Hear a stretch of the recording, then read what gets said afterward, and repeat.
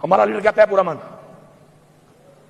पूरा मन डरो उस दिन से, डरो उस दिन से कि जिस दिन हमने कहा कि गोली का जवाब गोली देंगे और पूरा मन का नारा छोड़ के हम निकलेंगे, असला हमारे पास भी है, बारूद हमारे पास भी है, पैसा हमारे पास भी है।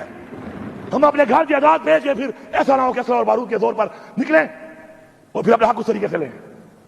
ये रिवायत, ये रिवाज हम नहीं मानते।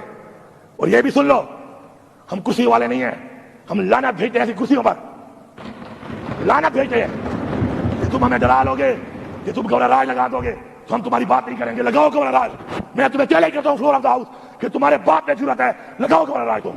अगर खुदा की कसम इस सूबे के अंदर इस बैंडर के साथ तुमने गवर्नर राज लगाया, इस सूबे में तुम रह गए तो हम अपने बाप से पैदा नहीं हुए होंगे। इस पूरे सूबे की आवाम, क्या हमारा खून सफेद है? क्या हमारा खून सफेद है? दहशतगर्दी का मुकाबला भी हम करें, उसकी भीड़ भी हम चढ़े, मैंडेट भी हमारा चोरी हो, लीडर भी हमारा जेल में, गोलियां भी हम खाएं, पूरा मन इंतजार भी हम ना कर सके।